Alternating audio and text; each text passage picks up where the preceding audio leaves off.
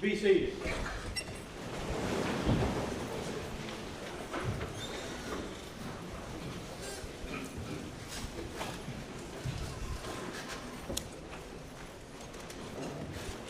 You may bring the jury.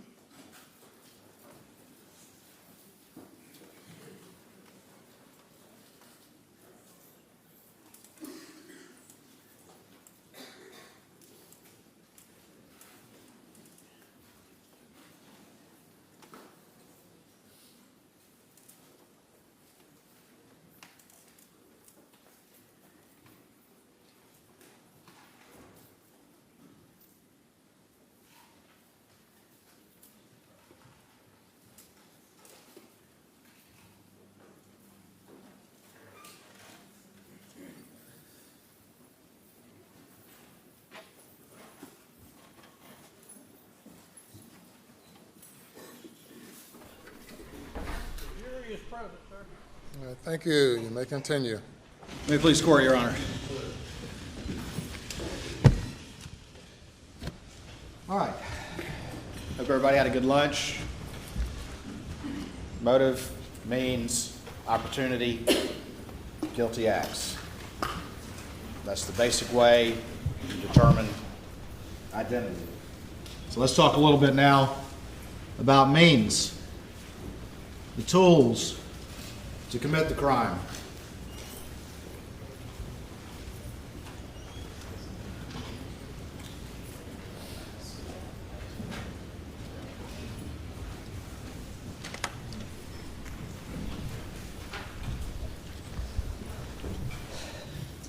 Family weapons were used to commit this crime.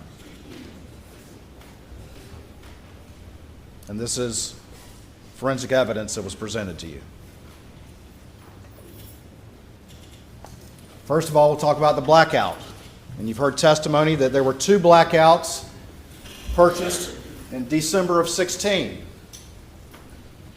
And that one went missing around Halloween of 17, years prior to these murders, and that a replacement without a thermal scope was bought in April of 2018. 3 blackouts that the defendant purchased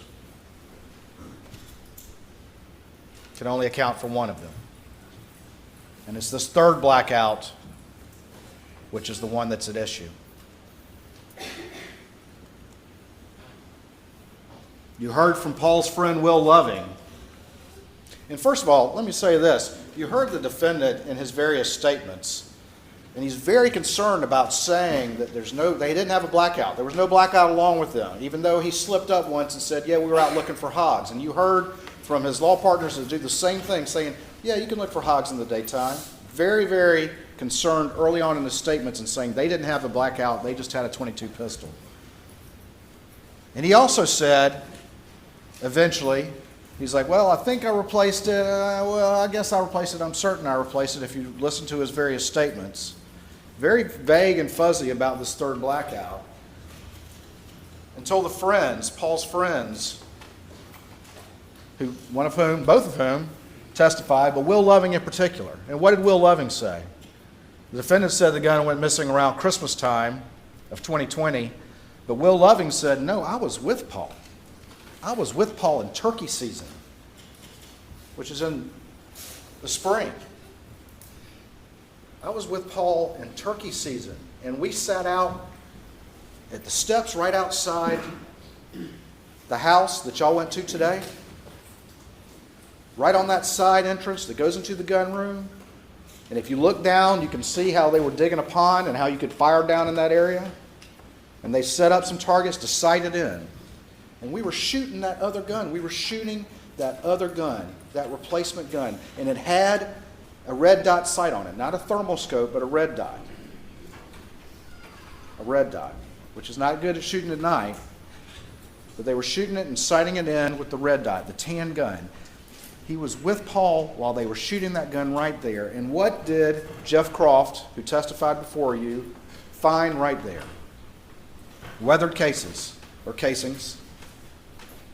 Weathered cases, right where Will said he and Paul were shooting that gun just a couple months prior to the murders.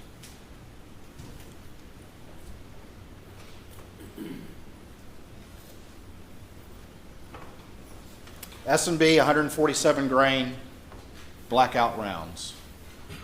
And those rounds and empty boxes, and the pictures are in evidence, and the rounds are in evidence, were found all over that property. S&B 147 grain blackout. There were full clips found, there were empty boxes found, and there were also cases found, S&B 147 grain blackout rounds found across the street at their shooting house. Two separate locations on the property, but what's really important, again, goes back to what Will said. I was with Paul when we shot that replacement gun right there. Right there.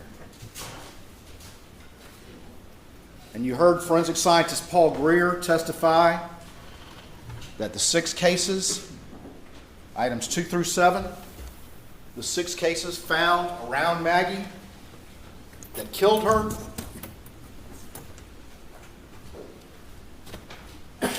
were loaded into, extracted, and ejected through the same firearm that fired those weathered cases right outside the door where y'all went to today and at the shooting range across the street. A family blackout killed Maggie. It was present just a couple months prior to the murders, and it's gone now. It's gone now.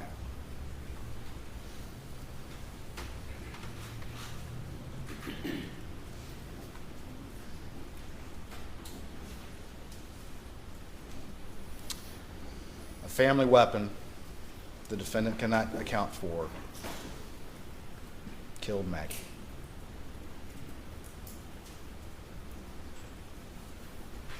But what about the shotgun?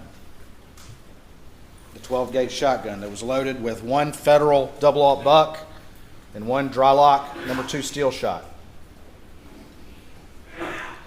Well, first of all, you heard that the 2 weapons that Paul often favored and often carried were this shotgun right here and the blackout.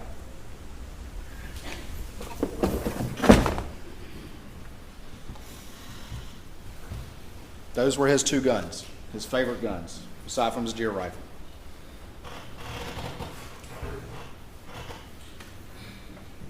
The defendant had that gun with him when Daniel Green, the first deputy on the scene, showed up. And shotguns, as you heard, are a little bit different than rifles. And the conclusion there was that the 2 fired shells that were inside the feed room that killed Paul had class characteristics similar with that Benelli, Super Black Eagle 3, but insufficient individual identifying marks to either match or exclude it. That shotgun right there. But what else did you hear about the shotguns? Paul had this Benelli Super Black Eagle 3. That was his gun. Camo print, camo strap. Nolan Tootin, Nathan Tootin, Will Loving, Rogan, all identified that as Paul's gun. It's the one that Alec had. It's got Maggie's DNA and blood on the receiver. You heard from the DNA expert.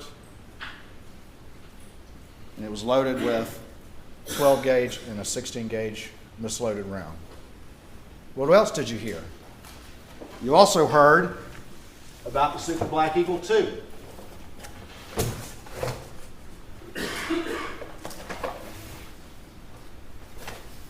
And you heard from Nolan and Nathan that this was Buster's gun. This is the Super Black Eagle 2 that had the Mojo sticker on it. And that was recovered during SLED's search of the residence the next day.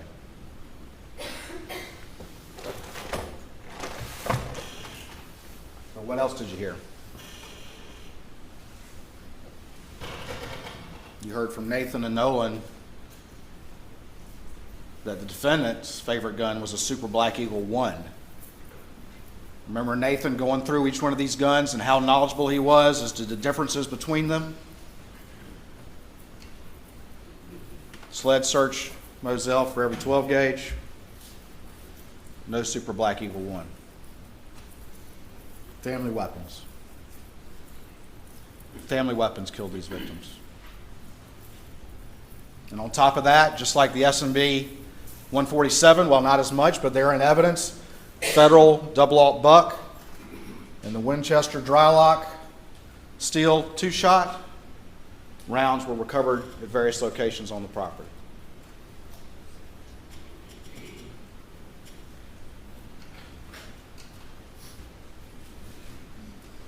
What does that mean? We talked about motive, means. The defendant had the means to commit these crimes.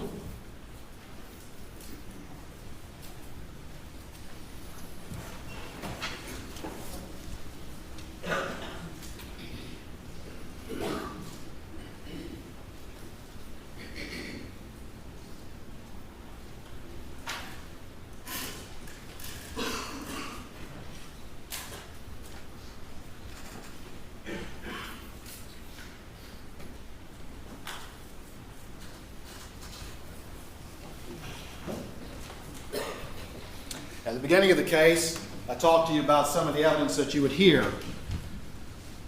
and I held up my cell phone.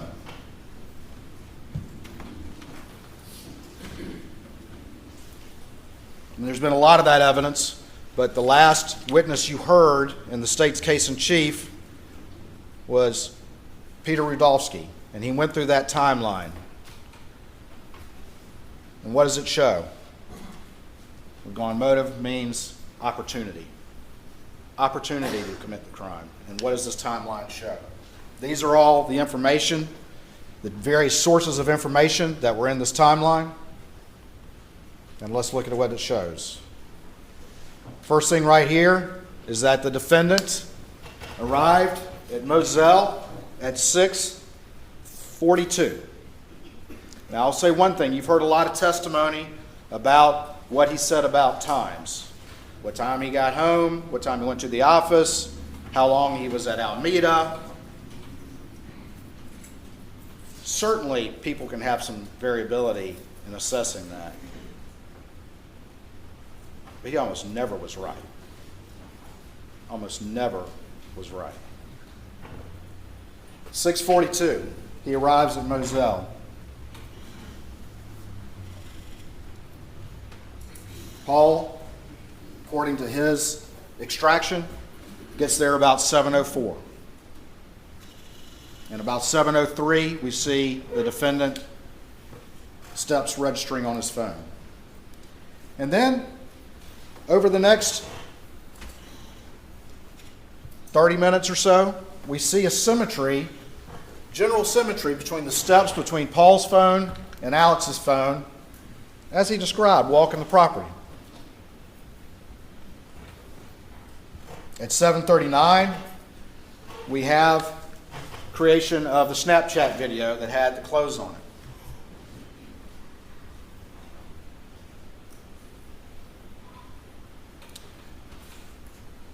When that ultimately was recovered and you saw the interview, it was shown to the defendant, who had provided his clothes that night. And at the first time, then, he started talking about changing his clothes, and we'll talk more about that later. Again, 7:55 to 8:05, we have some symmetry with the steps. We have Paul Murdaugh's battery life, and you heard from the experts that have reviewed Paul's usage, that like many kids his age, he's constantly flirting with it being low, but that doesn't stop him from using it, and you see that in the evidence in this case as well. 7:56 again, that's when Paul sends the Snapchat to his friends. And then at 8:08, we see Paul leave the kennel area at 8:06, and 8:08 make his way down to the residence.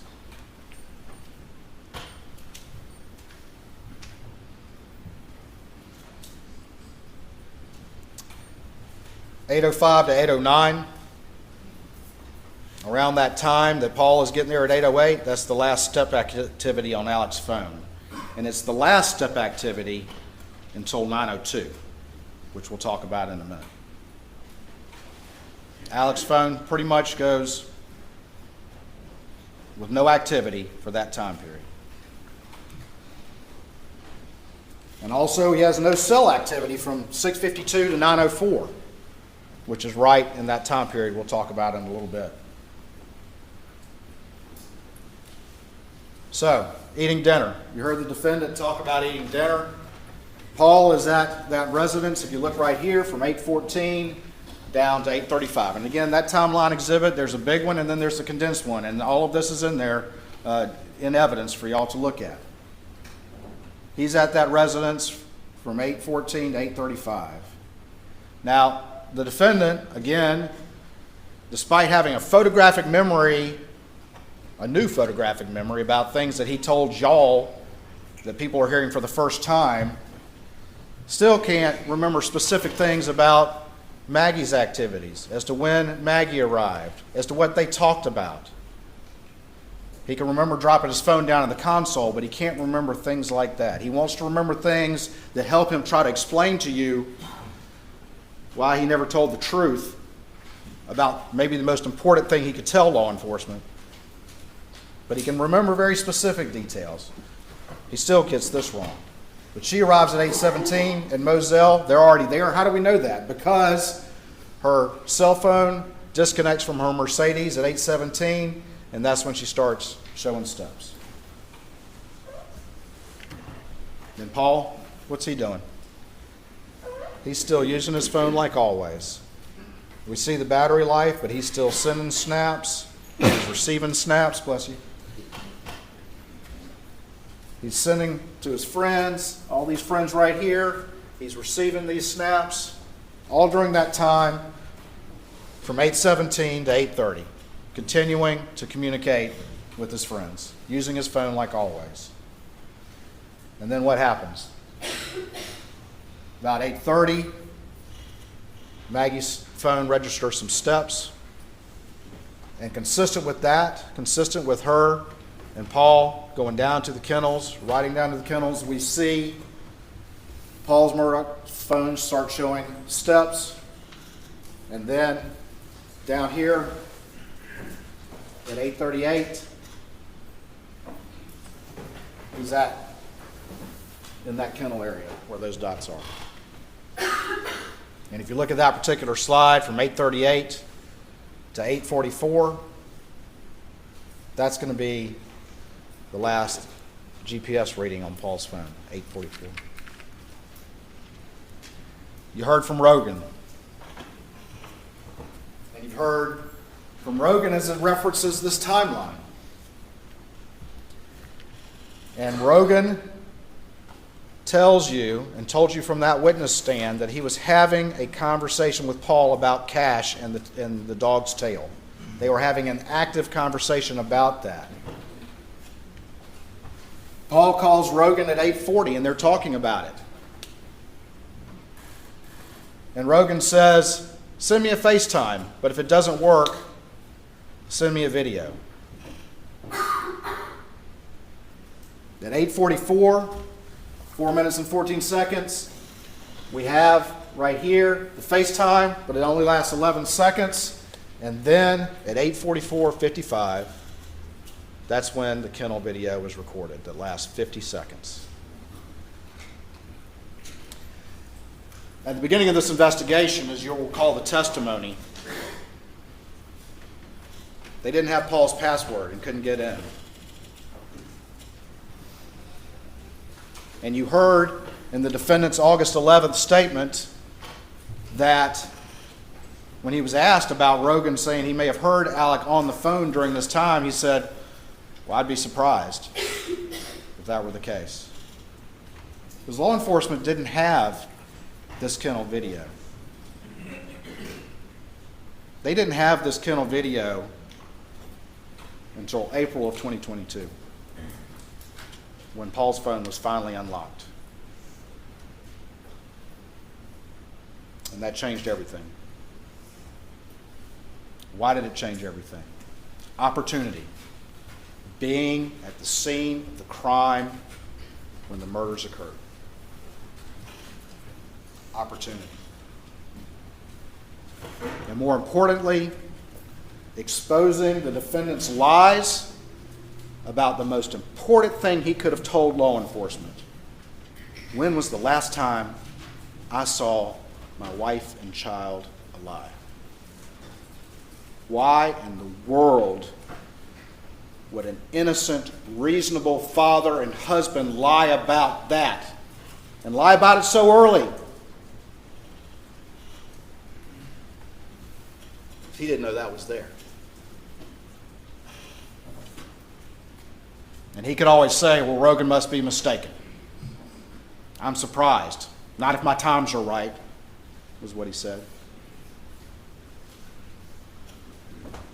Rogan told you, I was expecting that video right there.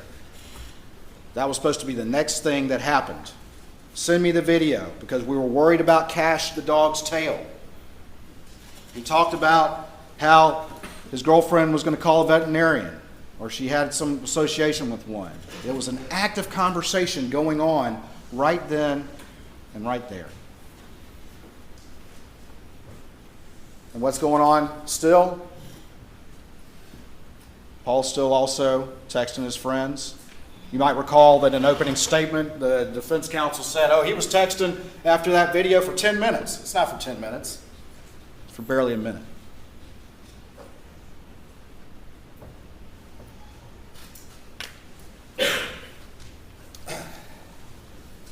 Down here, 8:48:58 to 8:49:01. That's the last time that Paul's phone was unlocked. And what do we know?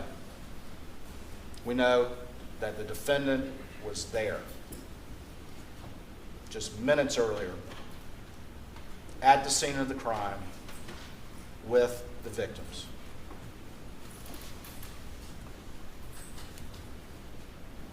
At 8:49:01, Paul's phone locks. He never sends that video to Rogan. You heard Rogan say that when he watched that video. You heard him say, that's the video I was supposed to receive. That is the video that my friend was supposed to send to me. And he never did.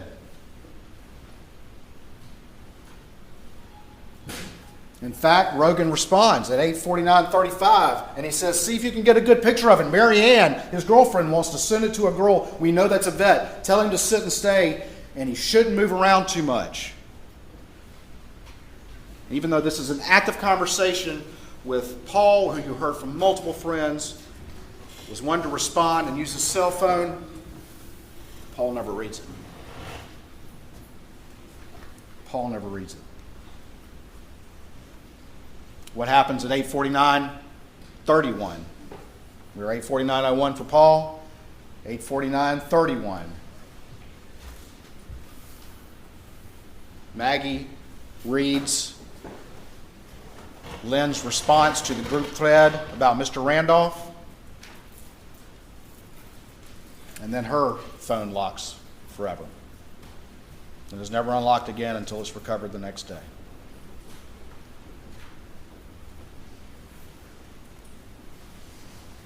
Down here,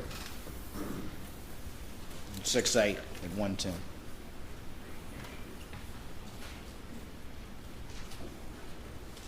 $8.49 for both of them.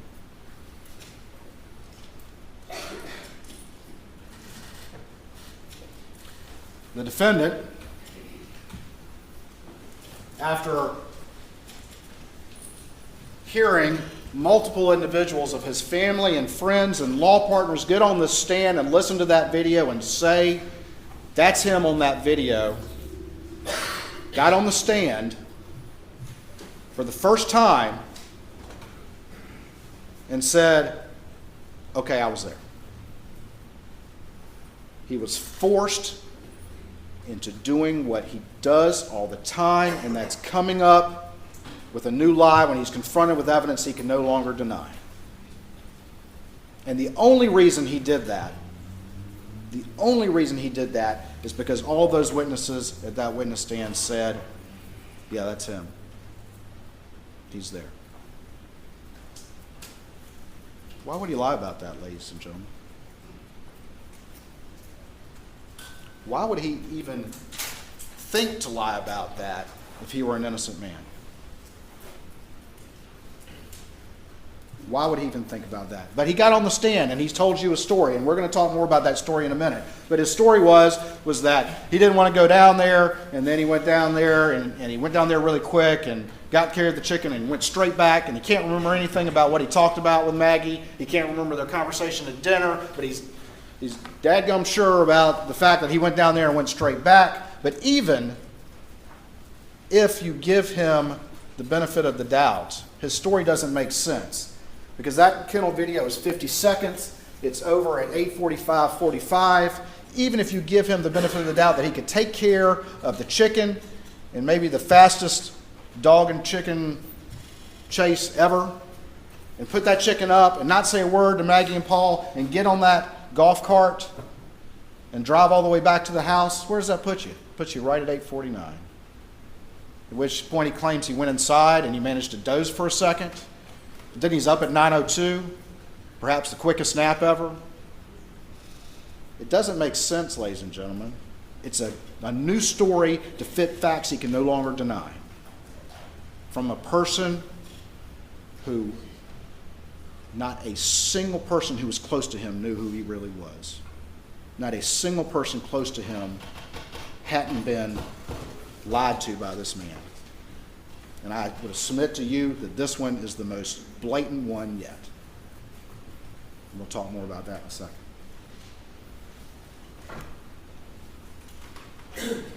What happened at 8:49?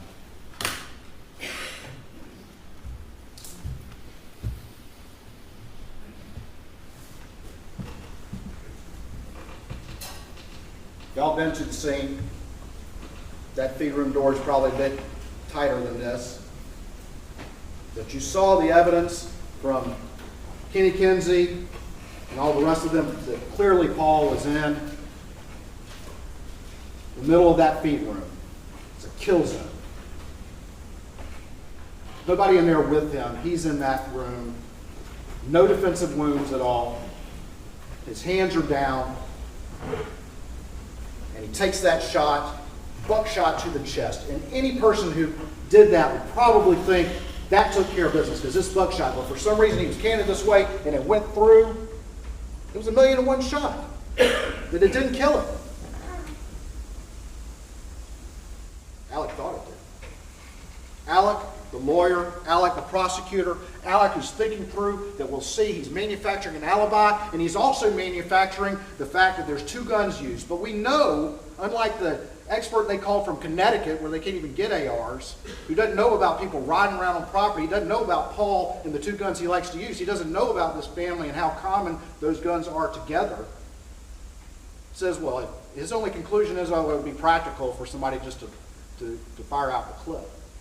But this is him, this is Alec, the prosecutor, the lawyer, and he's thinking through this. He's thought through this. He's going to use 2 guns because it's going to confuse people that perhaps there were 2 shooters. But again, it doesn't make sense. 2 family weapons? But he thinks Paul's shot. And you heard the testimony that Paul appears in the feed room doorway. Is Alex putting down that shotgun to pick up the blackout and is startled by Paul? And that's why the angle's like that, and catches Paul like that, and goes up into the ceiling, as you've heard the testimony from Kinsey, and blows blows his brains out. And what happens with Maggie right here? We see activity on Maggie's phone. You heard about sandal prints. You heard from Kenny Kinsey about the mark on her leg from the Polaris over there by the overhang next to the feed room. You've seen the diagrams and the crime scene photos that all those cases are in that area between the doorway to the feed room and where Maggie was found. You heard that Maggie had no defensive wounds. You also heard Paul had stippling from that first shot, a close range shot, with no indication that he detected a threat from the person who fired that weapon. And why? Because it was him. Same with Maggie, because Maggie sees what happens and she comes running over there, running to her baby. Probably the last thing on her mind, thinking that it was him who had done this, she's running to her baby while he's picked up the blackout and opens fire at close range, again with no defensive wounds. And she takes those two shots that you heard Dr. Reamer say were parallel, and it crumples her over. In those cases, you can see them move around. And takes that shot that goes through here, and she goes down flat. And then there's the shot in the back of the head.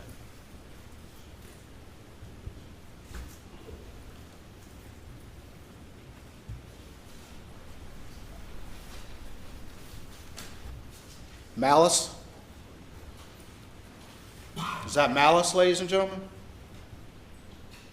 Is that malice to do that? Is that intentional harm to another with a bad intent, with an evil intent to do those things?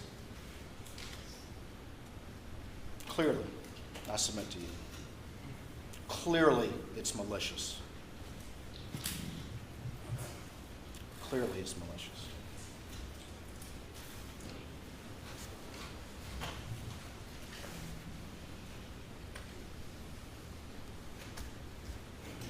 She was running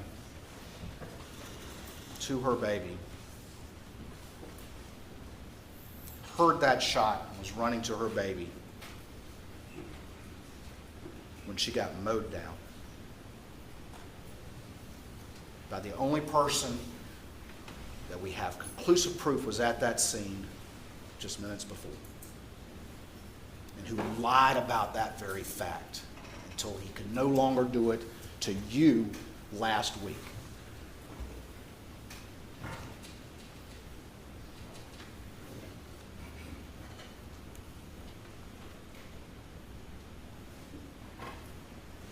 Alec told you he went down there in the golf cart.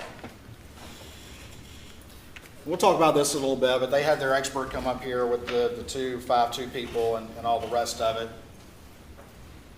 Be sitting in a golf cart. But he comes up in the golf cart. But what we don't see, as I said before, is any activity on his phone until 9:02. That the crime occurred around 8:49 to 8:53. Down there at the feed room, State's Exhibit 516. It's just a diagram, remember, that Roger Dale Davis did about the kennels and the hose there and how it wasn't put up the way he would put it up. If you're going to wash off real quick, what better place to do it? The water, the pictures of the water in States 199 and 190. It wouldn't take long to strip down and wash yourself off. Get in that cart and head back to the house. And then at 9:02, the defendant over there, who wouldn't even admit until forced to that he was even at the scene, all of a sudden, he is as busy as he has ever been. 9:02 to 9:06, 283 steps. 9:03, we see the system start up on the car, and that could mean that he's close by the car. Has he returned with Maggie's phone and placed it in that car? And then what do we see from 9:02 to 9:06? Not only is he 283 steps in that 4-minute period, but he is making calls like crazy. And I asked him, I said, what were you doing? What were you doing? And even though he has a photographic memory about things that he thinks will convince you, he could not answer what he's doing during this 4-minute period that is so illustrating of what we're talking about here. That for 4 minutes, he is not only going 283 steps, this is a defense exhibit, Defense 156.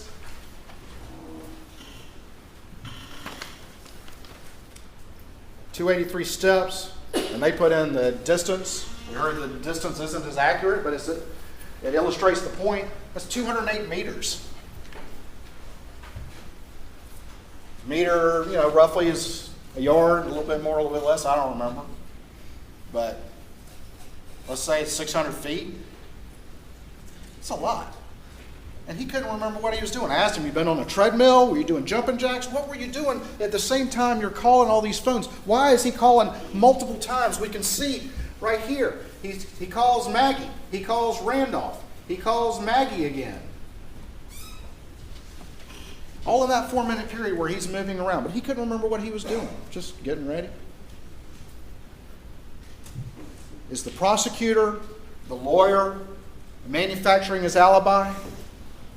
Because he knows he's got to get to Alameda quick.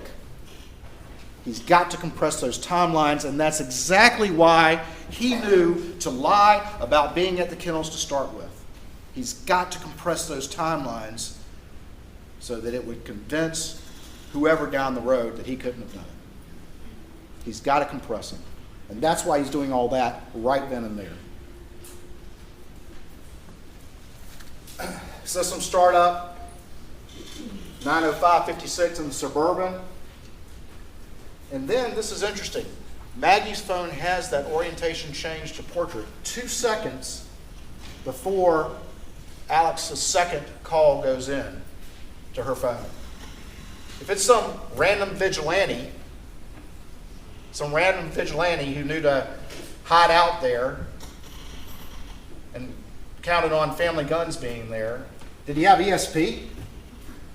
Do you have ESP to move that? Or was that Alec turning the phone as he got to the Suburban, checking as he manufactured his alibi that it was coming through?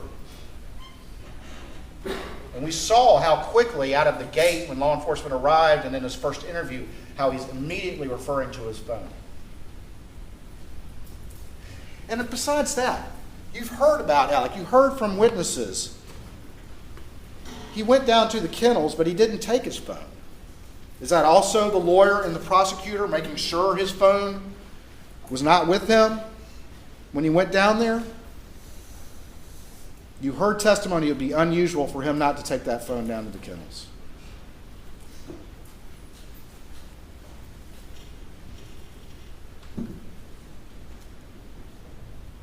And then he gets underway. With this call right here too. All those calls, all those steps, when his phone finally goes active, just minutes after he was at the scene with the victims and he lied about it and he's so busy. But let's take him at his word again. Why in the world, if he's calling her so much, if he's so busy and so concerned to call her as many times as that in a 4-minute period, why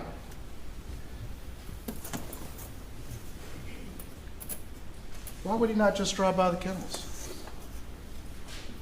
Why would he not just drive down there? Just say, hey Max, I'm going to Alameda. What you guys doing? Hey Paul, you want to go? Why is he so busy and making so many calls but doesn't drive the less than a minute down there to see what they're up to? Why would he not do that?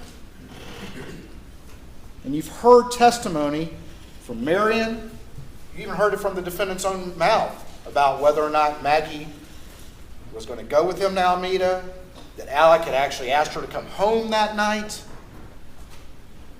which he denies, and said in his statement that he found out later that that was the case.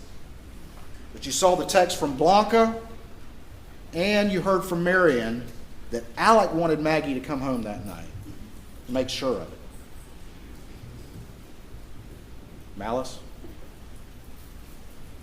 With all of that, why would he not just turn and drive down there? He was just there in a golf cart. Why would he not drive down there? Why is he so anxious to have missed calls with her and he was just there and not drive down there? About the same general time period that he lied to until he tried to tell you what he told you from the stand last week.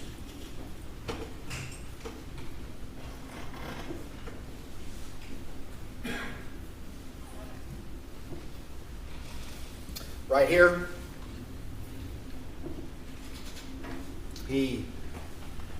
Suburban connects to the Alex's iPhone.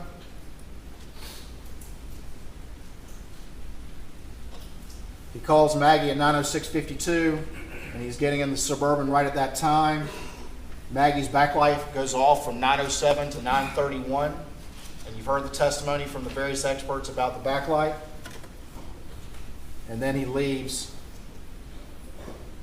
Moselle Road at 9:07:06. All of this is fitting together. He's on the move. At 9:08:36, he's right here doing 42 miles an hour, and there's Maggie's phone location. And at 9:08:42, he's just past it. And at 9:08:58, just 20 seconds after he's almost at that location, he texts Maggie's phone and says, "Going to check on him, be right back." That text was unread. Now,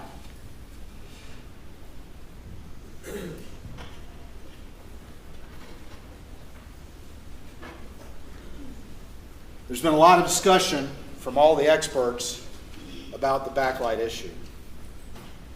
And every single one of them said that there's a lot of variables about that light coming on. Every single one of them said it's not going to record an orientation change unless that light is on. And you heard from each one of the experts about those variables and about the fact that there's no guarantee that it's going to come on or not come on. And you heard from Paul McManigal about that issue. And they cross-examined him about that and all the rest of it, but it's just a common sense determination about how iPhones work. About how they work. That raised awake feature is set for actual somebody lifting it up in the normal course. It is not set to respond necessarily to violent motion like flipping it. And every single expert testified to that. Every single one of them did. And then, besides that, you'd have to accept the fact that Alec is driving by just moments prior to that time.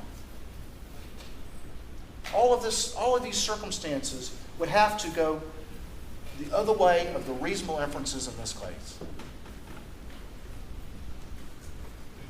Paul McManigal got up there and testified as to these issues and as to the fact that there's no guarantee, in fact, more likely than not, that if the phone is violently thrown or flipped or frisbeed or whatever, it's not going to light up. And that's consistent with what every other expert said.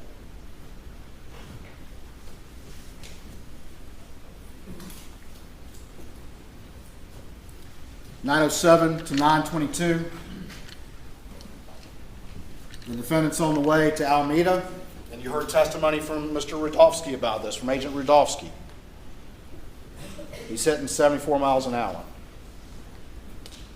at night on that particular route. What's he in a hurry about? That's faster than he drove to work. Why is he in a hurry? Because he knows he has to compress that timeline. And then along the way, he's manufacturing the alibi by making these short calls. 60 seconds. He calls Chris Wilson. He calls John Marvin. Chris Wilson calls him back. He's on the phone the entire way. Does he say to any of them, hey, I can't get Maggie on the phone? Say anything like that? They're very short. He doesn't talk about much.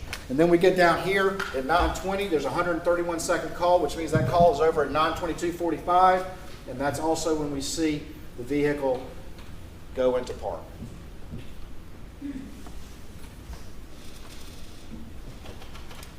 That's when we have the arrival at Alameda as well.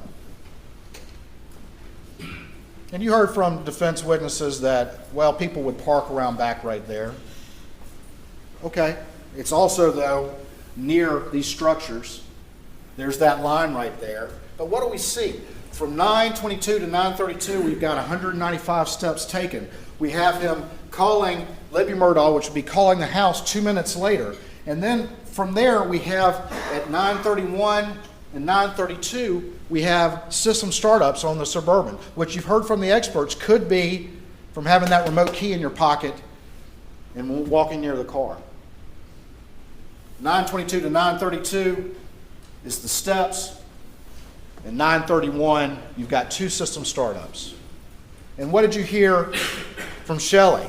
That he called, but it still took a number of minutes before he came in. And that's about 6 minutes right there.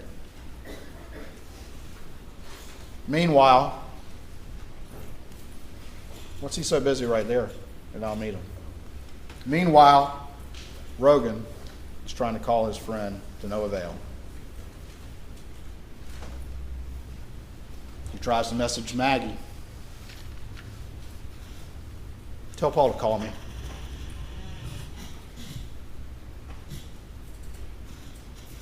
Neither one of them can respond.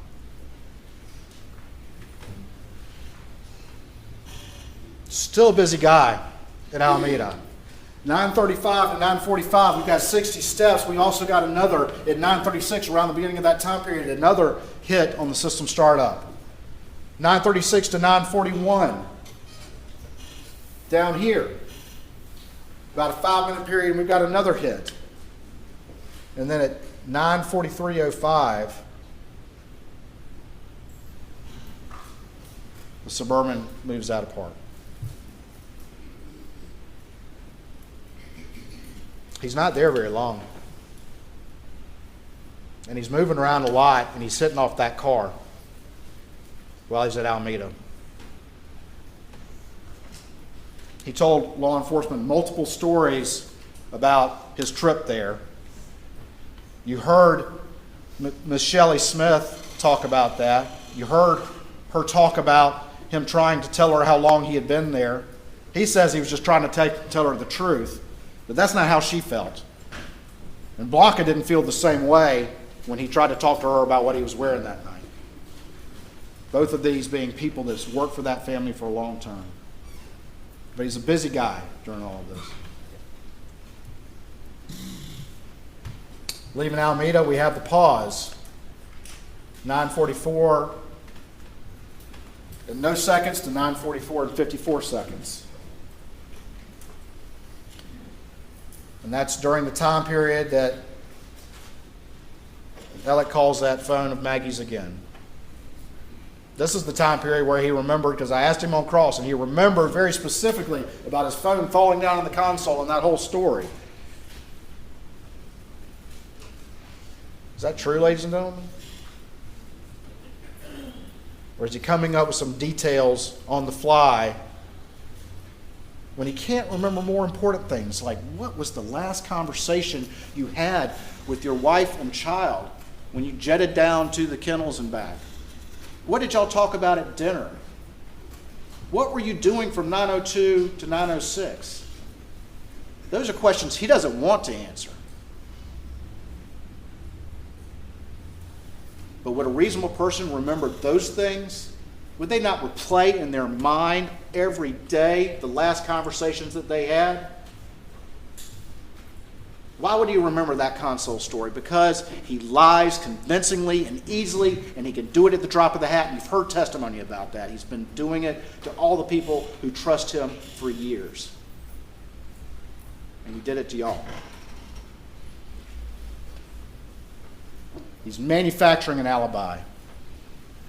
He's smart. He's a good lawyer. His family has a history of prosecution. He understands these issues. That's why this case is a case that had to be figured out this particular way, because he knows what to do to try to prevent evidence from being gathered. And if you listen to his statements again and listen to the questions he asks, he's asking questions like that. He's trying to figure out, what do the police have? What do they know? He's a prosecutor trying to manufacture his alibi, and we see this again. He calls Paul. He sends a text, "Call me, babe." Of course, none of that's read or responded to. And then, in 9:52:15, he calls Chris Wilson. "Call me if you up. Call me if you up." And Chris calls back, and they chat for about 2 minutes, including the connection time. 2 minutes.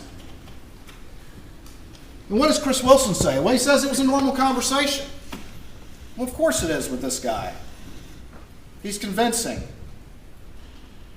But what does Chris say? The only thing that they talked about was Chris bringing up some case. And then Alec was like, "Hey, I got to go. I'm at Alameda." Did Alex say, "Hey, I'm trying to get home. I can't get Maggie on the phone. I've called her like 6 times. Paul won't answer either"?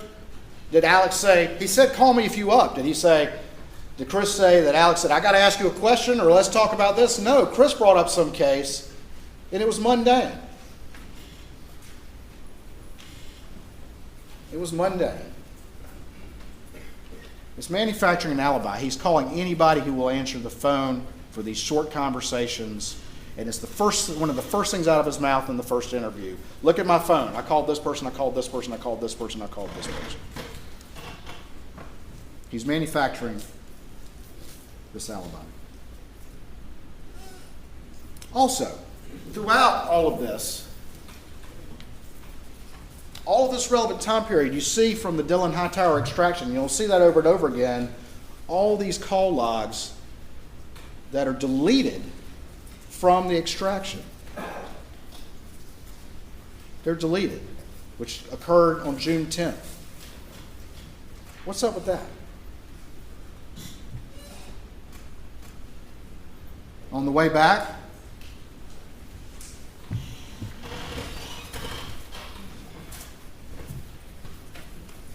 these are defense exhibits 141 and 142.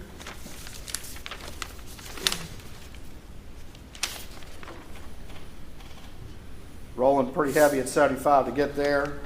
And I'm sure the defense will point out that that 80 miles an hour was a peak. Still running pretty good there. What's he in a hurry about in the dark? Doing 80 miles an hour. At 9:51:42, rolling 80 when he texts Chris, "Call me if you're up." His peak speed when he's texting me. 10:01, he arrives at Alameda, and this is going to be important. Rogan, of course, is trying to call Paul, and he texts Paul, "Yo," which is unread, but hits Paul's phone.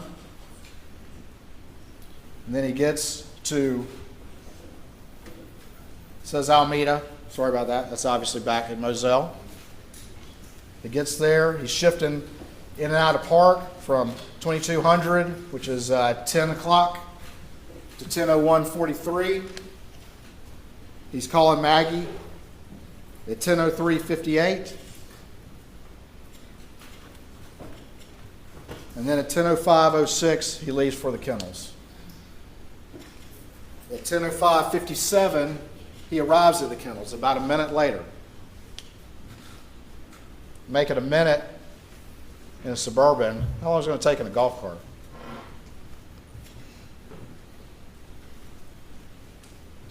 At 10:05:57, he arrives at the kennels. And 10:06:14 is the 911 call.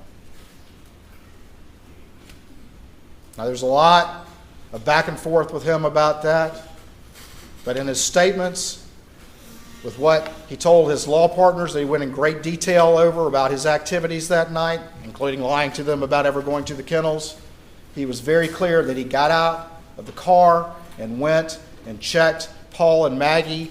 One time he said to see if they're breathing, another time to check a pulse. You've seen the horrific injuries they'd suffered. 19 seconds. Is that enough time for a surprised human being to come across that scene, process what they are seeing? Get out of the car. Go over there. Check both those bodies and then call 911. He's changed the story now yet again because he's confronted with this evidence. The reason why it's so quick is because he knew exactly what scene he was going to find. 19 seconds.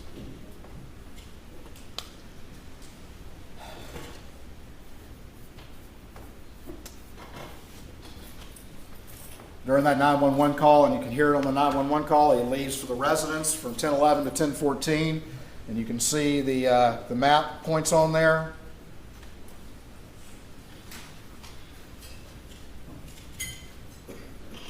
And those are the speeds on the Suburban on those trips.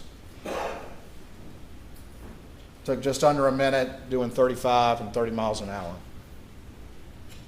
So think about that when you go back to his story about a casual trip down to the kennels in the golf cart, and you look at his times that he's trying to convince you of.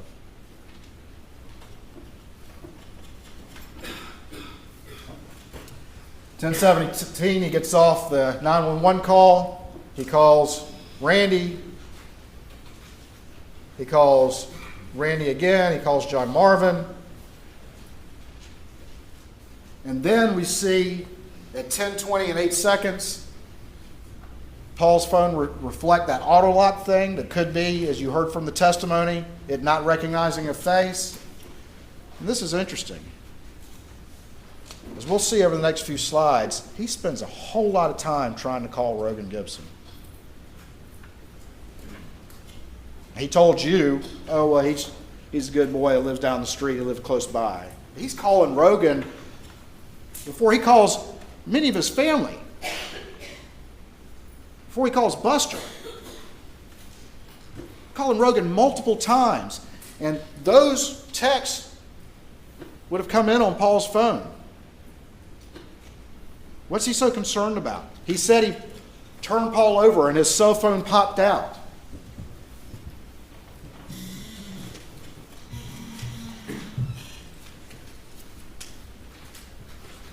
This is a sealed exhibit. I'm not going to name it.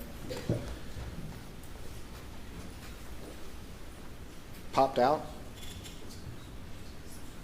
Manufacturing an alibi, concerned about the evidence.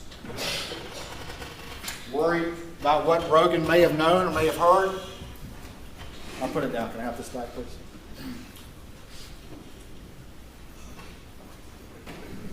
I'm sorry, Monsieur. Thank you, Monsieur.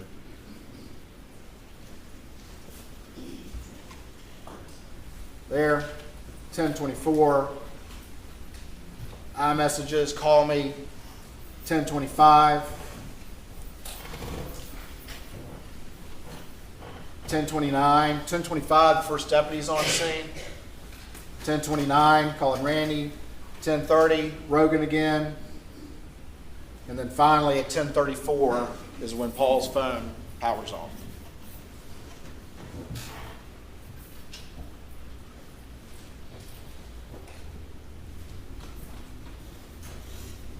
Opportunity. Motive, means, and opportunity.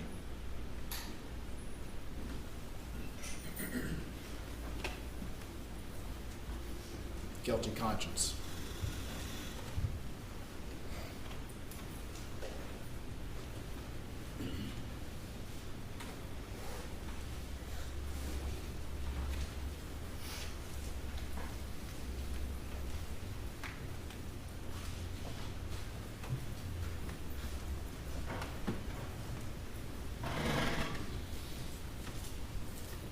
I've already kind of talked about these, so I'm not going to belabor the point, but you heard from Blanca Simpson.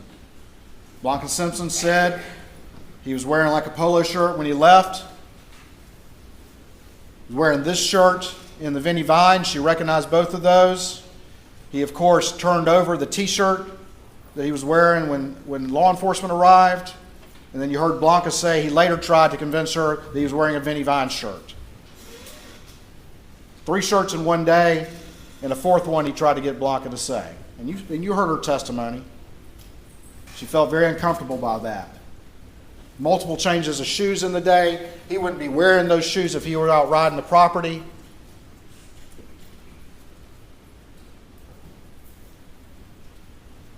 I've already mentioned the text from Maggie that Alec wants me to come home, but he can't even be clear about that point because that doesn't fit with his narrative. Marion Proctor says the same thing, but he can't admit that because that doesn't fit with his narrative. She was surprised that Maggie didn't go along to Alameda.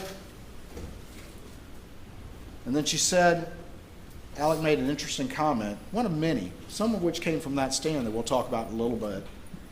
Whoever did this thought about it for a really long time. Why would he say that?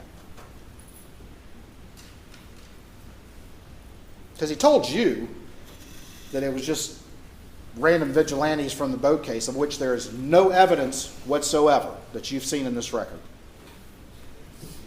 Trials depend on evidence. There has to be evidence to make a decision. And his claims trying to manufacture something about the Bape case, there's been no evidence whatsoever of any specific other individual. There has to be evidence to consider, not just mere allegations that have no basis in any sort of evidence. Whoever did this thought about it for a really long time. I think if you think about the defendant's statements and some of the things he says, a lot of times he says things in one context, but he means them in another. When he says things like, I hurt the ones I love the most.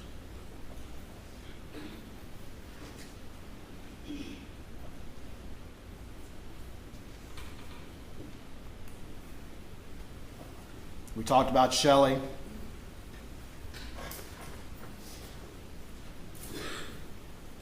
After Randolph's funeral, he shows up early.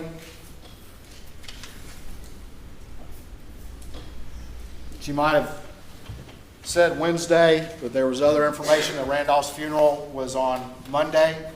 But anyway, shows up with something blue, shows up early, wants to come in, goes and moves some vehicles. And then there's that raincoat, huge raincoat. She calls it a tarp, but it's a huge raincoat. And it's got a ton of GSR on the inside. And it's found in a closet upstairs.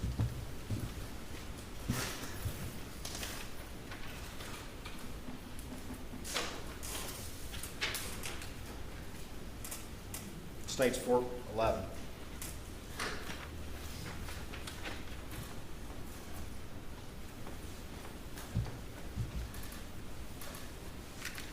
He was a busy guy at Alameda, as we just saw.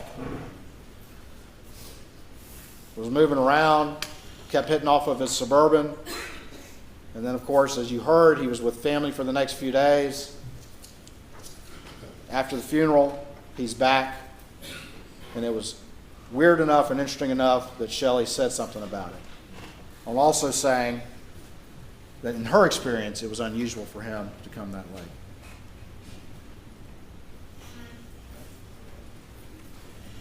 Then we have the defendant and his many statements.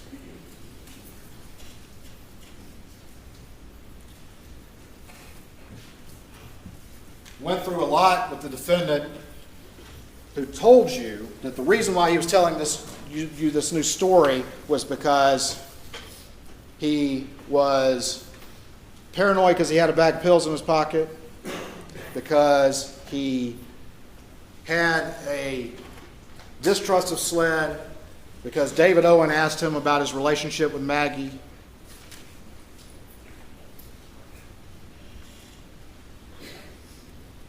And his law partners told him that he should have an attorney present, which one is in here, one of his law partners sitting in the back.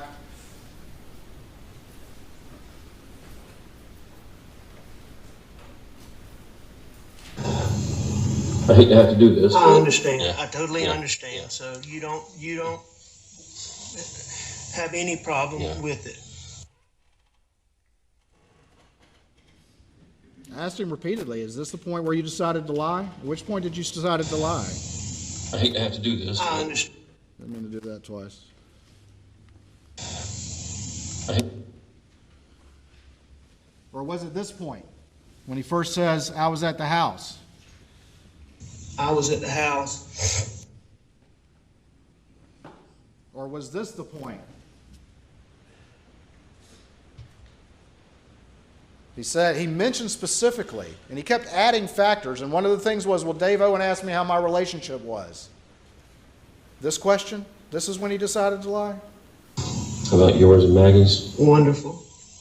I mean, I'm sure we had little things here and there, but we had a wonderful marriage, wonderful relationship.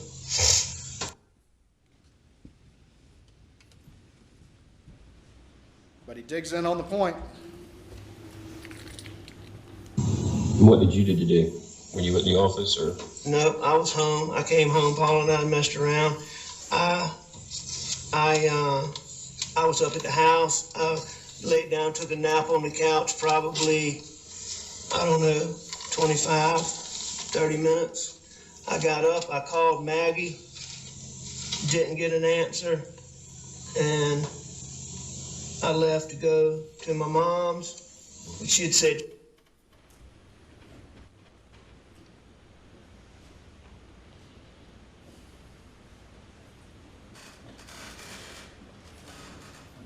This is June 8th at 1:21 in the morning.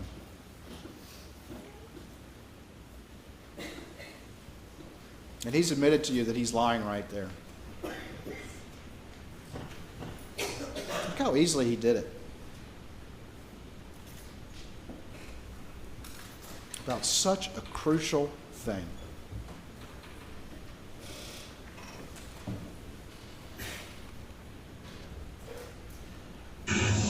and she's very good about answering the phone, so that was odd, or calling me back. So that was odd, but it wasn't that big a deal. It was odd, but not that big a deal. But again, he's enough to say it was odd. He's enough to make all those calls while he's doing 283 steps, but he doesn't drive 50 seconds down to the kennels. Going to the next interview. Again, what's the tone of this interview? How is he being treated? Pretty traumatic. That's okay. Yeah, I know so, you yeah. need to ask me. You ask me what you need to. So, Is that an aggressive interview? Is that something to make somebody paranoid? I'm a defendant in a civil case involving my son. I told you about the boat wreck. yes, sir. And there were some motions coming up in that on Thursday, and I was mostly just getting ready for those things, and then other junk. Mentions the boat case. Paul left. And I'm assuming, I'm assuming Paul left Okay. because of, Gotcha. what happened. I mean, I'm assuming Paul Yeah. went to the kennels. Okay. And what did you do once Maggie and Paul left? I stayed in the house, Okay. and I was watching TV, looking at my phone, and I actually fell asleep on the couch. Okay. And what time did you? I What don't time know did you wake up? exactly what time I woke up, but when y'all get my phone, I think one of the first things I did when I got up was call Maggie because I was going to my mom's. And I know I texted her because I checked my phone. And what time did we say the text was, Jim? It's like 9:06. I didn't see it. Yeah, I got it written down from the other I night. showed you the other yes, night, yes, didn't I? Yes, sir. I got So, I texted her, so I called her just before that. And, she didn't answer at that point. And I left to go to my mom's.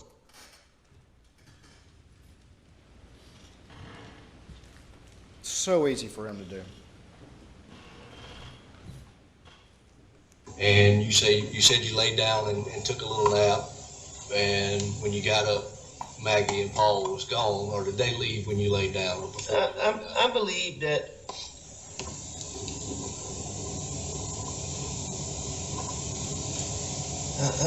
I'm not sure. But they weren't there when you woke up around the 9 o'clock mark or so when you made the call to Maggie to let her know you was going to your No, nobody was in that house when I left. Adding more detail, that's just lies. Watch how he responds to this one. Watch what his head does. See if you observe that yourself when he's over there looking you in your eyes and trying to convince you of something. trying to narrow that. The last time that you saw Paul and Maggie's when y'all were eating supper. Yes, sir.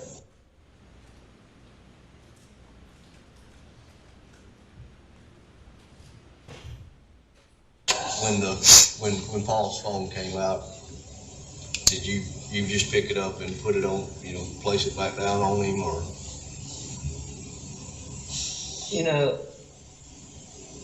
Yeah, I did not try to open it or anything. I don't know how I had in my mind that I needed to not mess anything up. I had that,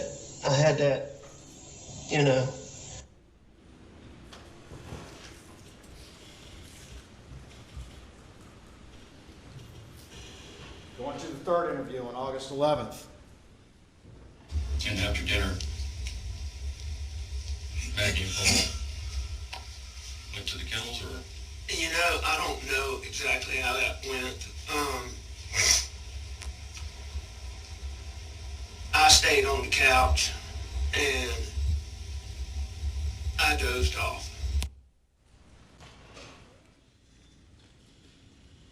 Video on Paul's phone of you and him on the farm that night, and you were in khaki pants and a dress shirt.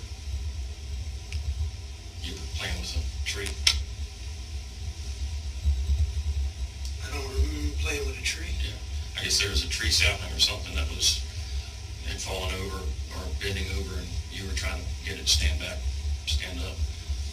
But I mean, the question in that is, when I met you that night, you were in shorts and a t-shirt. At what point in that evening did you change clothes? I'm not sure. It would have been, Before dinner or after dinner? no, it would have been, what time of day was that? I would have thought I had already changed.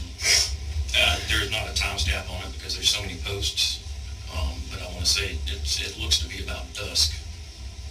So that would have been 7:30, 8 o'clock. I guess I changed when I got back to the house. He had some very specific recollections for y'all when he testified with his new story that had never been heard until last week.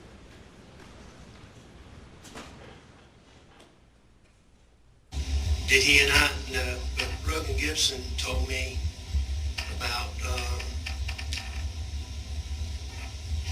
the dog's tail and somebody saying his leg was broken. One right there, he was down at the kennels, shaking his head forward. You were just down there with Paul. You left and went back to the house for dinner.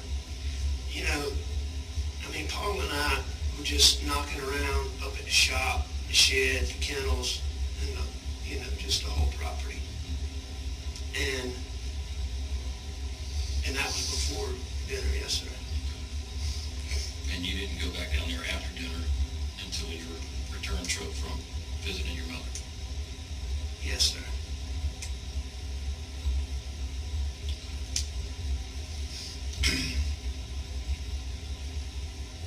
I've got information that Paul was on the phone and Maggie was heard in the background and you were heard in the background. And that was prior to 9 p.m. I heard Rogan Gibson ask me if I was up there, and he said he thought it was me. Was it you? At 9 o'clock? Yes, sir. No, sir. Not if my times are right. Who do you think it could have been? I have no idea. And Rogan's been around your family for pretty much all his life. Oh, absolutely. And he recognizes your voice, and you have a distinct voice. Do you think of anybody else that has a voice similar to yours that he may have misinterpreted? No, sir. You know, when we were talking, he had asked me that, so, I mean, he had told me that he thought I was up there. Did that surprise you? Yes, sir.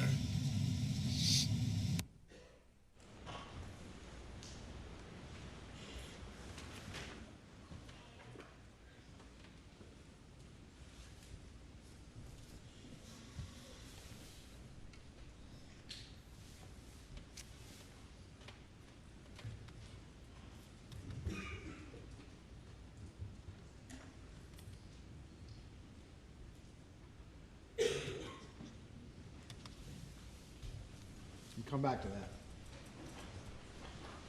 But I want to talk a little bit about the crime scene.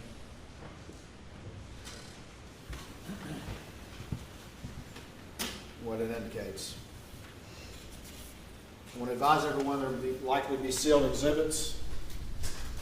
I don't need the ammo quite yet. I'll let you know this year. You guys went out to the scene today, and you saw how it looks now. Take a good look at those trees and where they were back in the day of the incident. I'll put this up on the Elmo in a second.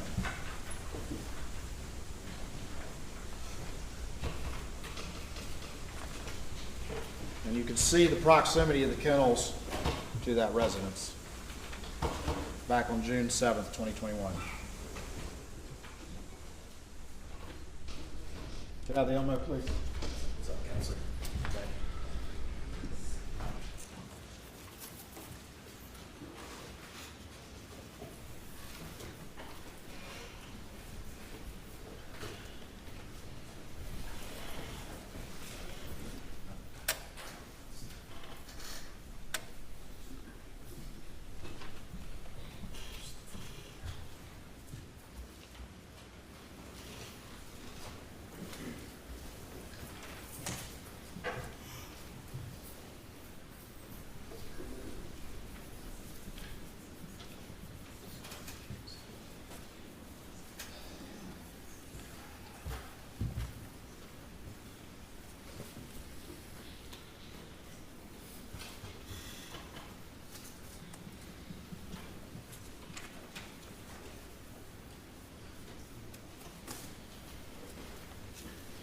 Could I have the PowerPoint back, please?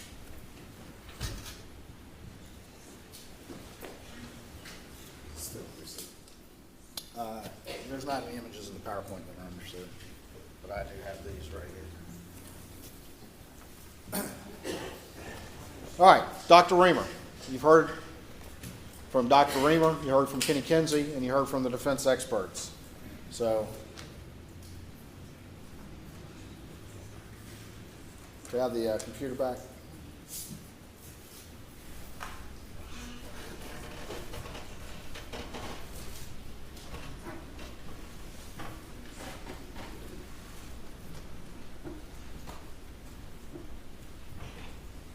Paul, first blast to the chest, stippling, arms down, not fatal for a buckshot blast to the chest.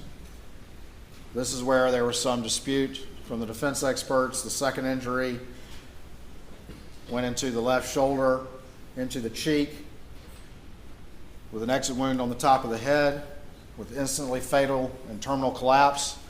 Dr. Reamer's done 5,500 autopsies. She does an independent autopsy.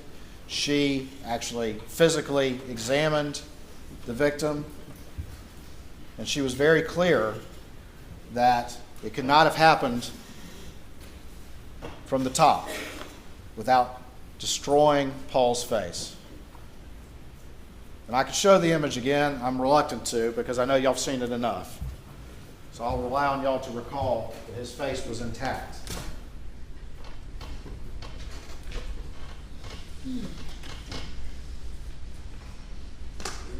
I'll rely on y'all to recall, and this is sealed, all the evidence up top here at the top of the door. I will rely on y'all to recall Kenny Kinsey's testimony that buckshot don't reverse course, that the kinetic energy is going in one direction. I'll rely on y'all to recall all the biological matter that you see at the top of this door.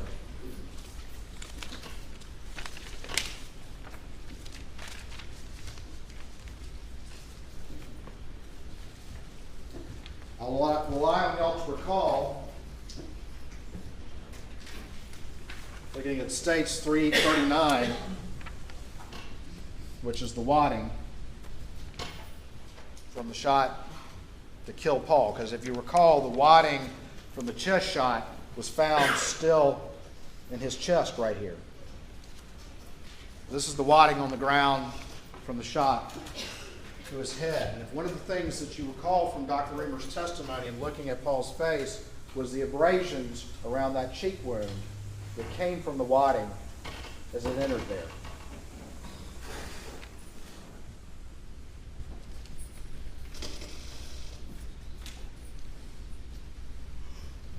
You heard from Dr. Reamer that the reason for the shape on the shoulder was because it went along the shoulder and opened up that area there, but still was focused and then expanding as it entered in here. But she also testified that if it was here, that force would not have left his face intact.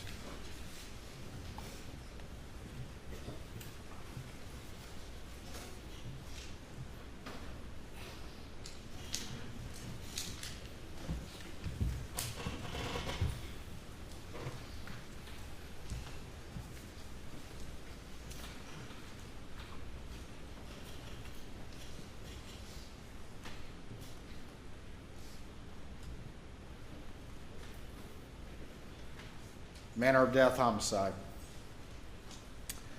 Then you heard from Dr. Kenny Kinsey. What we described earlier, Paul was first shot in the feed room, largely agrees with her. Arms were not up. He believes the shot was a little closer and the lack of stippling could be chalked up to the black t-shirt, but also agrees, as she does, no defensive wounds. Looking at the blood spatter locations there, and he testified in great detail and testified yesterday, there was no high velocity blood spatter on the ground at the entrance to the feed room, which would be necessary for the shot to have occurred in the manner in which the defense suggested. The spatter travels upward in an upward direction, and you can see that on the door. He spoke of the void area, and then he spoke of the blood on the ground that was around where Paul drops, and that it's low speed spatter. He talked about the dents in the feed room door, the pellet lodged in the door frame upward. It's only possible if it's traveling through Paul's head. Not possible if it's from a ricochet, as the defense suggested.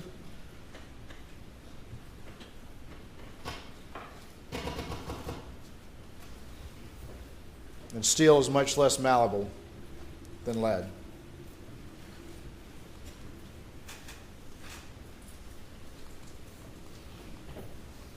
What else did he say?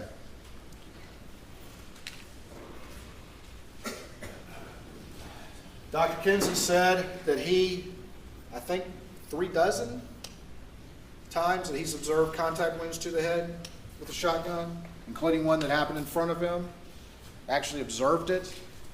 And he also said that any sort of contact wound like that would have destroyed the head and destroyed the face. And he was clear about that. He's actually seen them. And I think what you see with the defense experts is they're coming to you with absolutes to try to make you consider that there's the possibility that a crime scene can definitively establish whether there's one or two shooters or whether or not they're of a certain height. And that's just not how it works. And you heard that from Dr. Kinsey. That's not how it works. Not how it worked in this scene. It's a red herring, ladies and gentlemen. It's a red herring. You've seen the testimony from Kenny Kinsey. He returned to talk about these issues.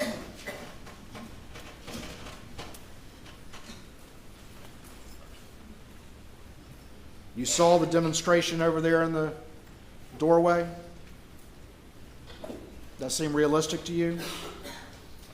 Or is Kenny Kinsey's explanation consistent with the evidence, consistent with his experience, consistent with Dr. Reamer's 5,500 autopsies who actually observed the victims, consistent with the blood spatter, the lack of high velocity on the floor, but the existence of high velocity on the top, and the low velocity blood splatter on the floor? What's consistent with the evidence? Maggie. Again, no defensive wounds. The first two shots to her abdomen and her leg on a parallel path and likely in close succession.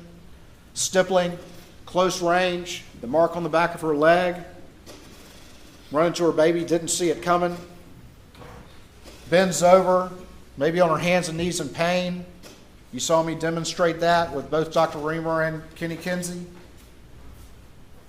And that's when she suffers that third rifle injury. And you heard their expert come in and say, no, it had to be going this way instead of this way.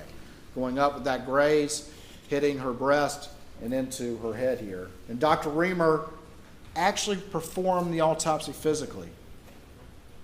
She looked at the hole. She described the hole. She talked about the injury coming up into the head. And she showed you that. And she took issue with this idea that you can look at skin tags and that sort of thing and come to any conclusion about directionality. But what she told you is, I looked at this wound.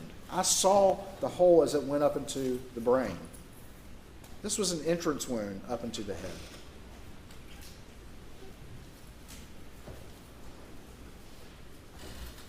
Instantly fatal and terminal collapse. The wrist wound could have been an extraneous wound, or it could be associated with this. Third rifle injury, and then, of course, the fourth rifle injury to the back of the head that had the canyon effect. Would have been instantly fatal, except for the fact that this one, there has to be some clearance for that third shot to come up. Again, manner of death is homicide.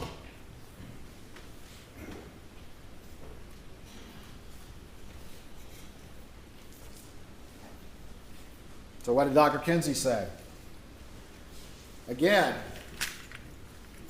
he took issue with an expert coming in and trying to tell you that he can determine the location or the height of the shooter in this manner. He told you the cardboard, that cannot be relied upon. And while he did agree with the angle on the doghouse, he showed you how changing the aspect of the shooter could easily fit with Alec. And that it is too far and way out over its skis to try to assert that you can determine from such information that the shooter had to be 5'2". That's not what you can do. Dr. Kinsey is a crime scene analyst. How many crime scenes did he say he'd done? Hundreds of homicides, thousands of pieces of evidence, real world stuff. That's what he comes and talks about. And you simply can't make those determinations in a real world environment to come in here and try to tell you that from that sort of thing the shooter had to be a particular height. You just can't do it. You can't do it. I submit to you that Dr. Kinsey knows what he's talking about, and Dr. Kinsey has the years of experience in real-world applications of crime scenes to make those judgments. And I also submit to you that Dr. Kinsey isn't going to get out over his skis and try to make assertions to you in absolutes, the guy with the 5'2" people refused to even concede the possibility of variables. But Dr. Kinsey knows that that's how reality works, and he's not going to get out of over his skis and try to tell you something that simply cannot be supported by the evidence. And that's what the defense expert did.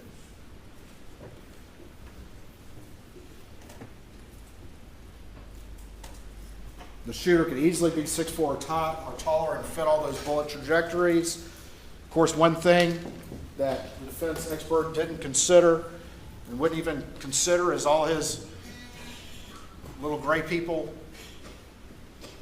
are holding the guns down like this. No consideration of kneeling, of sitting, of being in any sort of different position. But the reality is, these are fluid.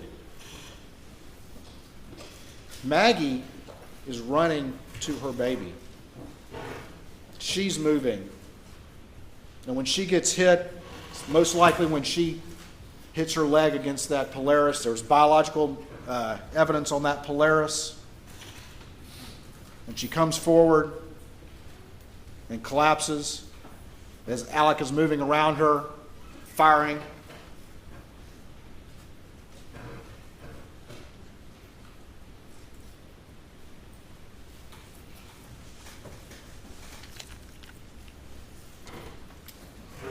They had that expert come in yesterday, and I've kind of mentioned this, but I'll mention it again, who came in, was it yesterday, the day before?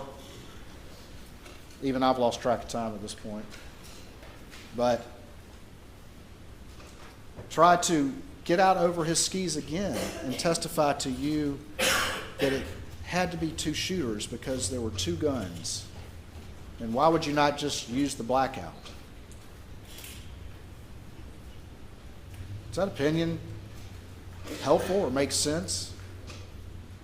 Knowing what you know about this case and knowing what you know about the firearms of this particular house and knowing what you know about Alec Murdaugh as you look at the rest of this evidence and what he's trying to manufacture to confuse these issues. Kenny Kinsey told you that it's just as likely that it could be one shooter, and sorry, where's the kids?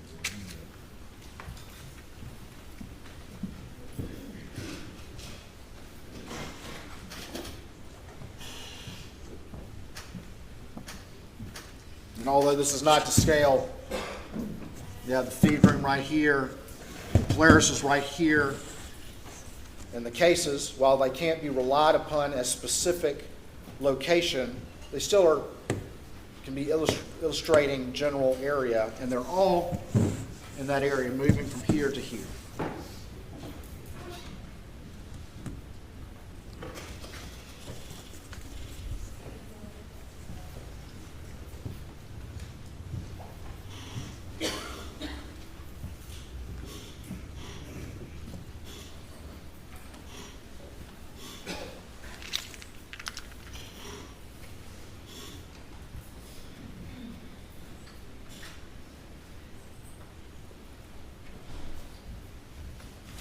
GSR on the defendant's hand on the seatbelt.